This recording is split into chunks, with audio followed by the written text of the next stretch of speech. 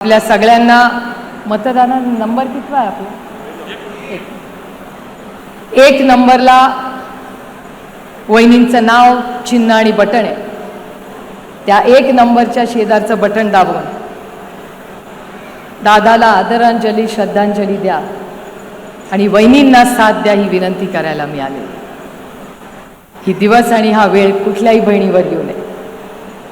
मला आजही तो दिवस आठवतो. मी सकाळी वॉक करत होते. 8:40-45ची ती वेळ होती आणि 5चा मला फोन आला. अनेक वेळा पार्थन मी फोनवर बोलतो. म्हटलं इतक्या सकाळी काय फोनवर काढलं? मला म्हणलं डॅडीचं प्लेन पडलंय. म्हटलं काय पण बोलू नकोस. मला म्हणले आत्या जरा ऐका माझं, डॅडीचं प्लेन पडलंय. म्हटलं डॅडी कशावरनं त्या प्लेनमध्ये आहे? काहीतरी बोलू नको, चेक कर नीट. एका फोनवर तो माझ्याशी बोलत होता, दुसऱ्या फोनवर मुसळे इथे आहेत, मुसळेंना माहिती होतं आणि मुसळे, किरण गुजर हे सगळे तिथे होते आणि तिथून ते व्हिडिओनी पार्थला दाखवत होते ही घटना झाली.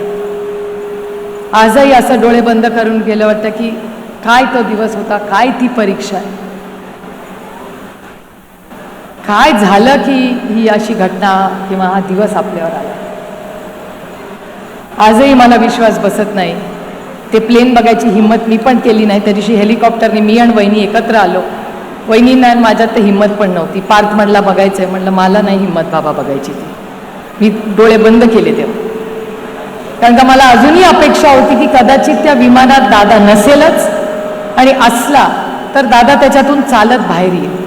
आपण कशाला वाईट विचार करायचा. पण झालं ते झालं.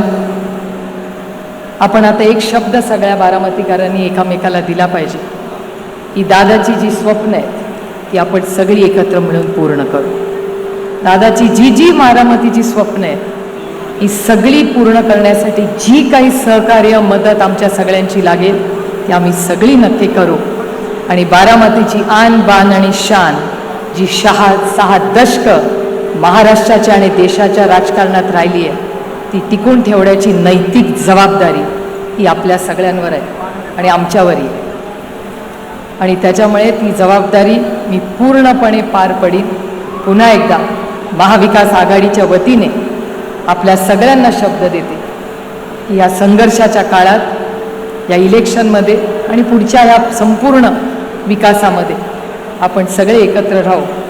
दादाला मनापासून आदरांजली अर्पण करते, श्रद्धांजली अर्पण करते आणि आपली रजा घेते.